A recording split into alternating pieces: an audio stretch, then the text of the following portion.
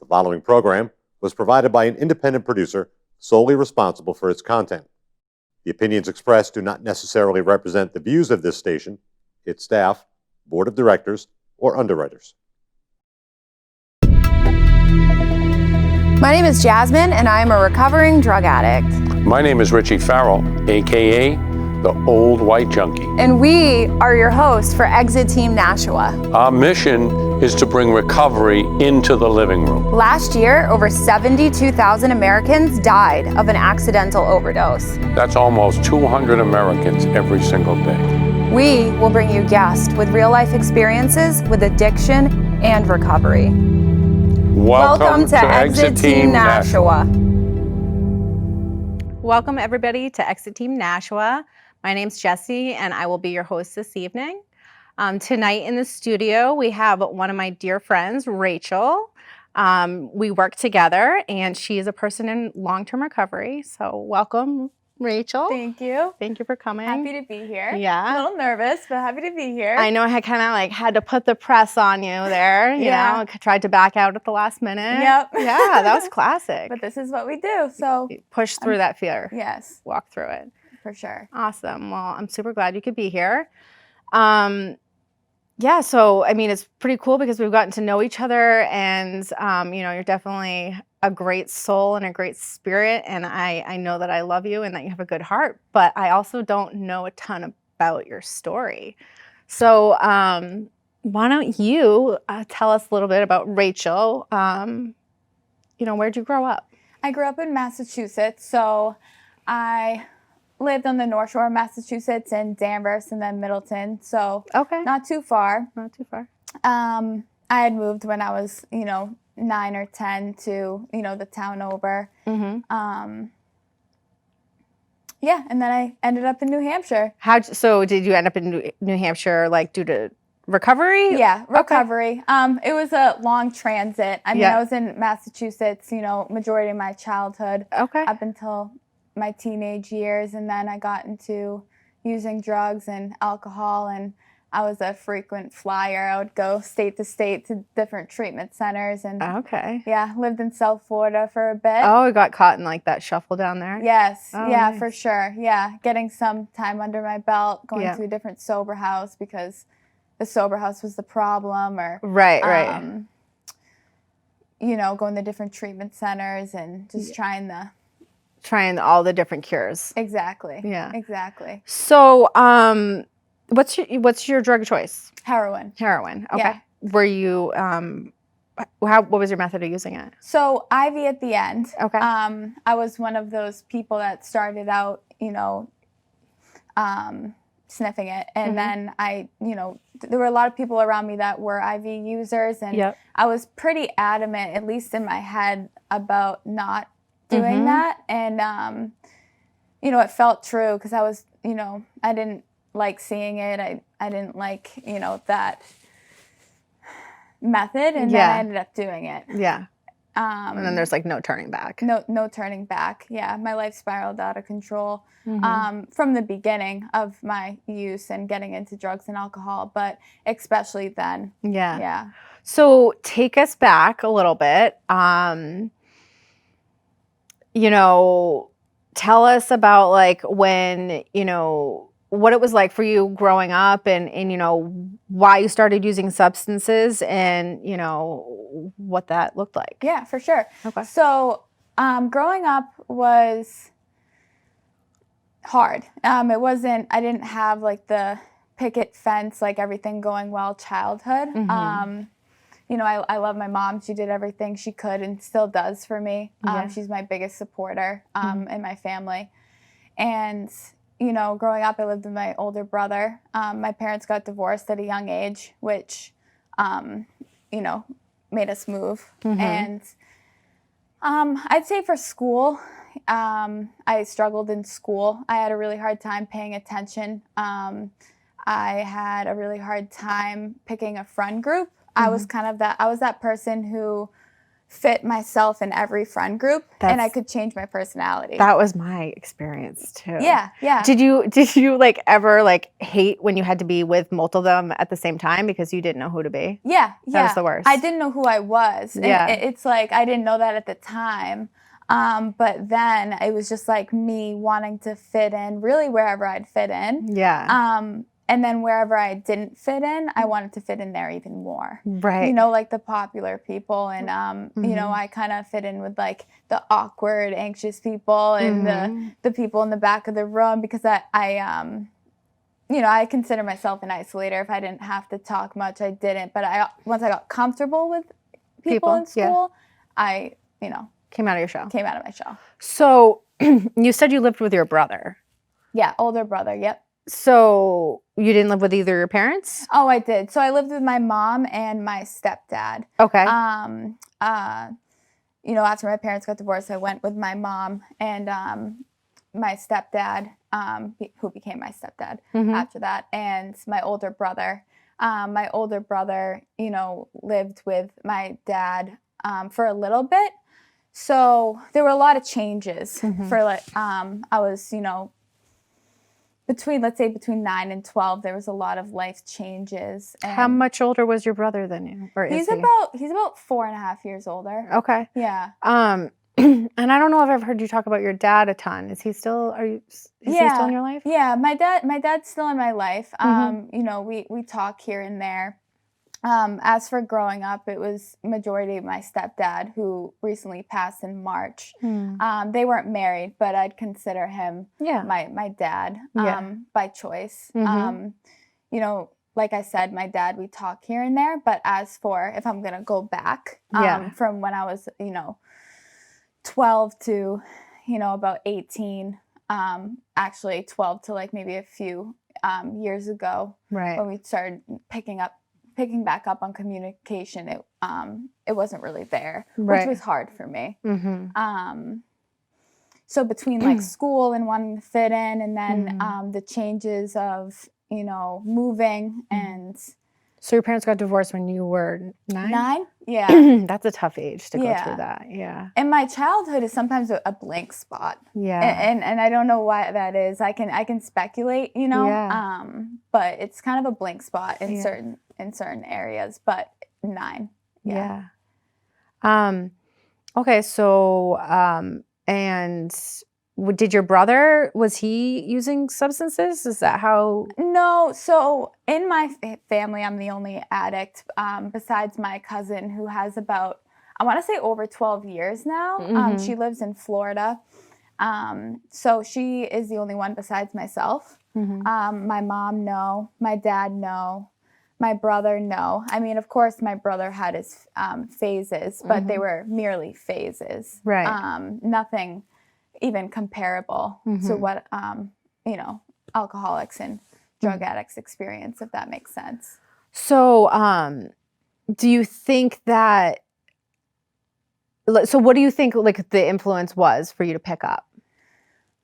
So I can talk about what happened prior to picking up. Where, so when I was 18, so what's ironic and kind of took me a lot of time to understand was all of high school, I didn't drink or use drugs. I didn't, you know, there was a lot of parties and there was a lot of social events with drinking, and I was never interested. I was the stay at home and play Sims on my computer type of person. And, you know, even hanging out with my cousins, we didn't, you know, we'd like play around and like pretend to play beer pong at like 15, but with water. Right. You know what I mean? Yeah. And it wasn't until I was 18, I maybe smoked weed like once or twice before this point, or like a handful of times.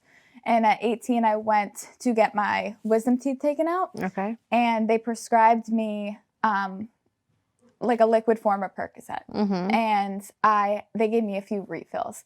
And I was, you know, naive, and of course I trusted a doctor's judgment. So I didn't think anything of it. So I took it, and at that point, I had been coming around to like socializing and going to a few parties. So I had gone to one, and I had taken it with me, and everyone else was very interested in it. Yeah. Besides me, because I don't know, it was nothing to me. Right. And then, I, mix it with alcohol, and from then on, once it entered my body, it did something to me. So you used the liquid Percocet and drank. Yes. And that was like... And that's where it all started. Mm-hmm. Yeah. Prior to that, it was like I said, like the smoking weed a few times. Mm-hmm. So like you like that, you were like, okay, now I get it. What everyone's talking about, like this is the way I want to feel. Yeah. So as soon as I, learned about that, what it could do to you, how it could make you feel. To me, and how I felt. I love the way it made me feel. I never really liked the way I felt. I always felt out of place, and that made me not care about being out of place, about how I looked, about how I was acting. I always had social anxiety, still do, still working on it. And I didn't care, and nothing mattered. And that's like all I wanted. Right. For as long as I could remember, for like nothing to matter. Emotions, like I didn't feel. So So that was senior year of high school? That was right after I graduated. Okay. So I had graduated, and that was after that. So did you head to college, or? So I went to college, community college, for a semester, and then the beginning of the second one. That's when I had gotten into pills. So I completed a semester by the skin of my teeth, really, and then I got into the second one, and I dropped out. So take us through a little bit of the progression. You said like you loved it, and then what happened? I loved it, and then I got into a part of my life where I partied a lot. I went to a lot of parties. I drank, and I noticed people around me, were drinking just to socialize, and I was drinking to really get blacked out. And the drugs thing didn't really pick up yet. I mean, it was really once I started college, which was really only a month after, like a month or two after, I got into the pills, but that was a daily thing. There was no grace period of like weekend warrior. Right. It was, I took a nosedive into it every day. I kept wanting more. So the Percocets. Yes. And how were you accessing them? So off the street, no prescription, just me and a girl that I met in college. You just had a dealer that she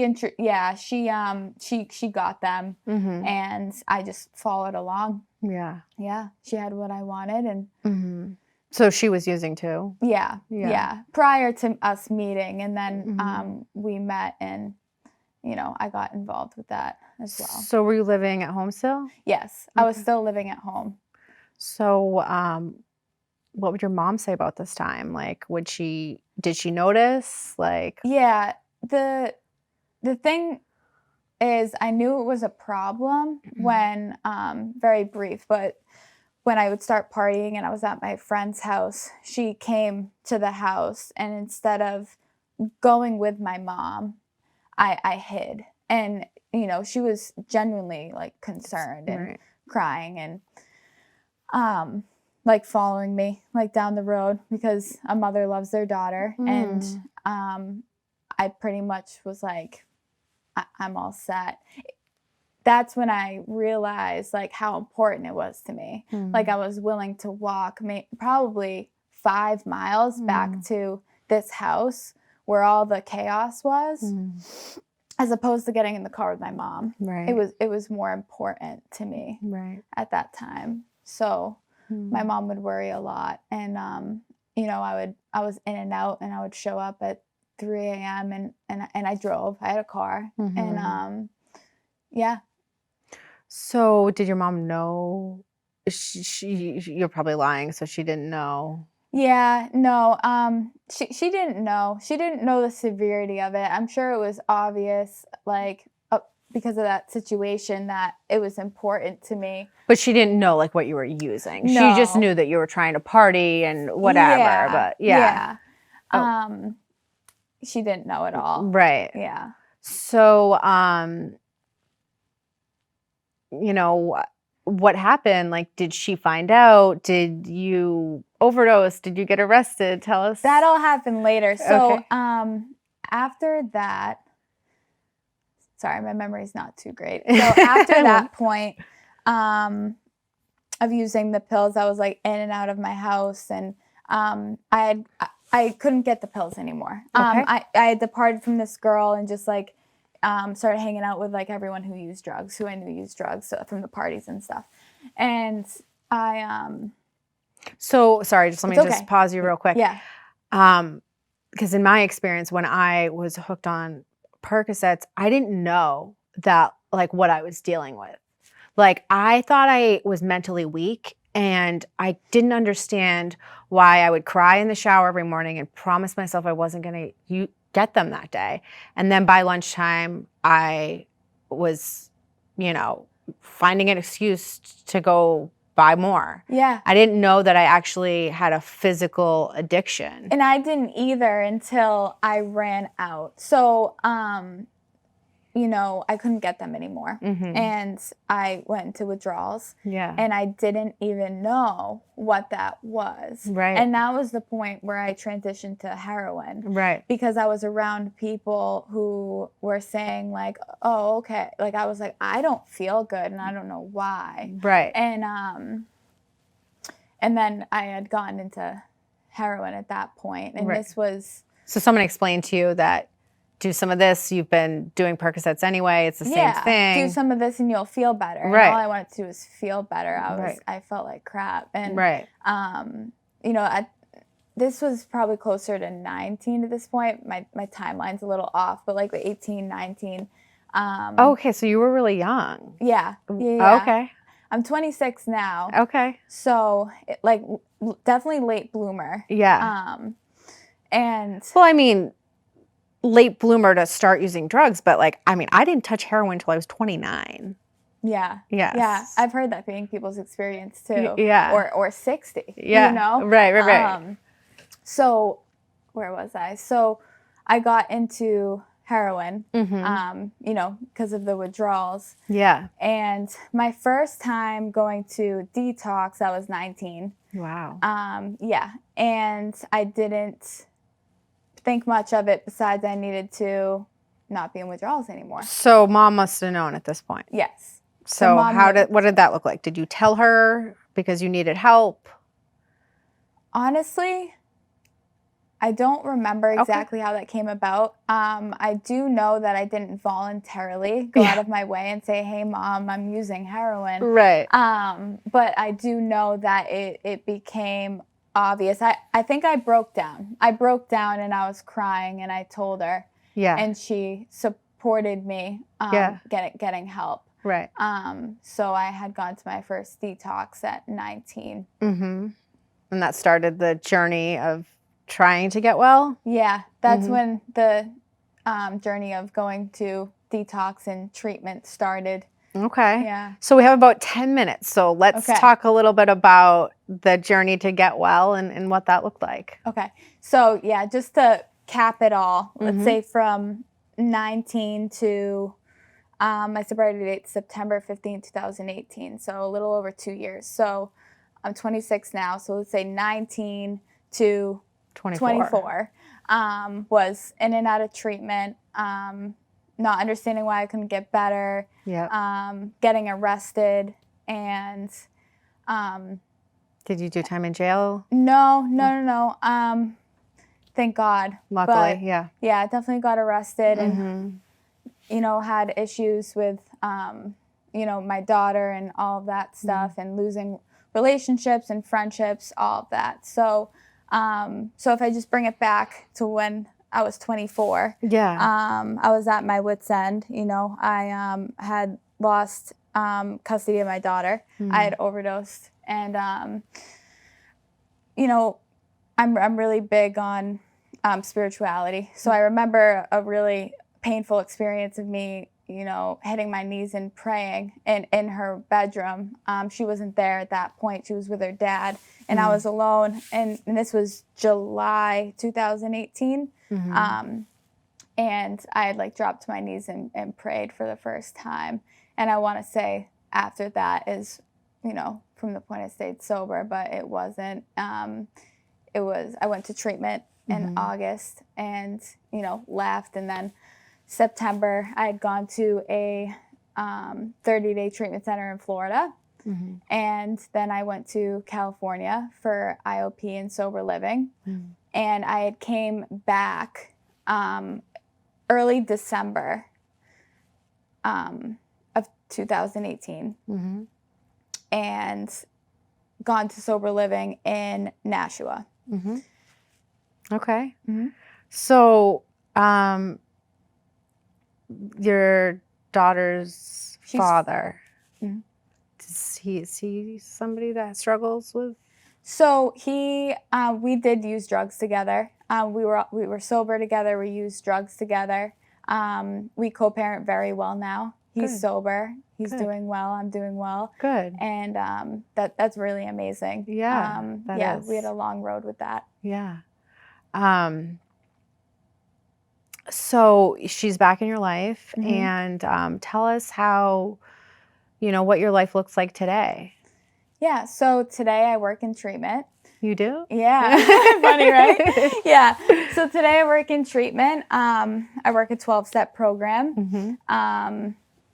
Like I said, I love spirituality. So do you think that 12-step program is the reason that you're sober today? 100%. Okay. Because I tried everything else. Yeah. Besides the thing that was the most intimidating to me. Yeah. Because I seen it work for people, and it was scary. And it takes work. It takes work, and I didn't like work, so Yeah. I tried the methadone clinics, Suboxone. all of that, IOP programs. Yeah. 12-step program, definitely wouldn't be sober without it. Yeah.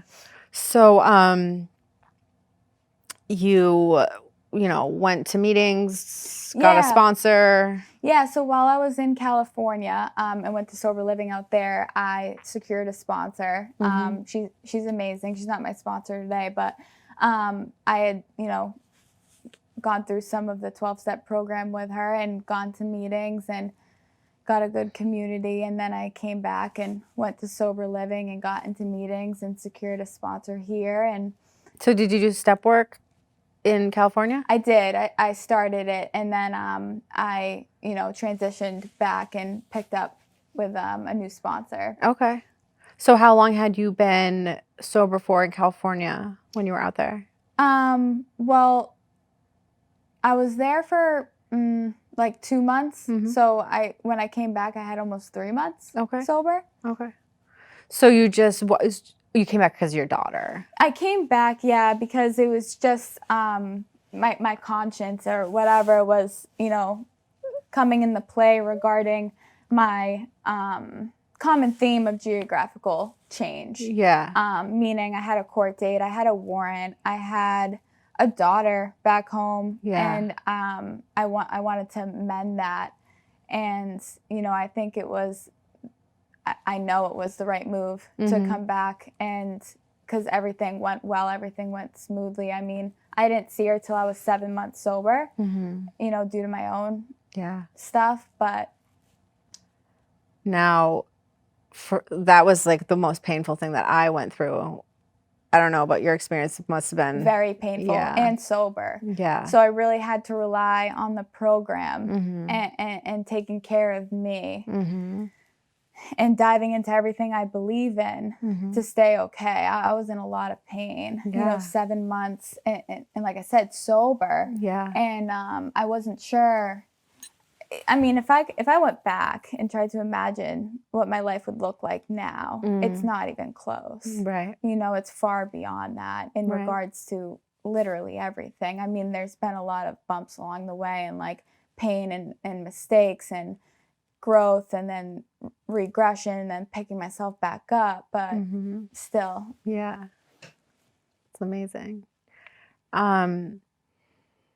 Yeah, I mean, so we have a couple minutes left. Is there like anything else that you want to tell us about your story? Yeah, I feel like I was all over the place. There's so much content. It's okay. Yeah, there's a lot. And we covered a lot. Yeah. So.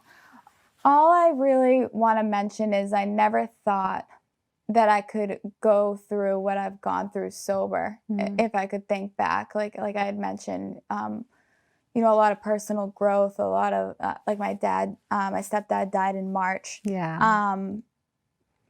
I was awaiting that day for a long time, and I made it through that sober, which blew my mind. Right. It blew my mind how much like what I'm doing and like the program works. So, you know, is there any like advice that you would give to anyone out there that's struggling, you know, that thinks that, you know, their life is hopeless, and what would you say to them? My advice would be to reach out for help, even if you don't want to, and even if you don't feel like it's going to get better, have faith, like based on other people's experiences, that it will get better, and, you know, cut ties of toxic relationships and just go and just get some help. I know what it's like to feel hopeless, and like I said, I couldn't have imagined my life changing to the way it is today, but I think that's the first step for people that are hopeless and don't know what to do. It would be to get help and then continue going even if you don't want to. Yeah. Awesome. Well, thank you so much for coming. Of course. All right. So thanks everyone for watching, and we will see you next time.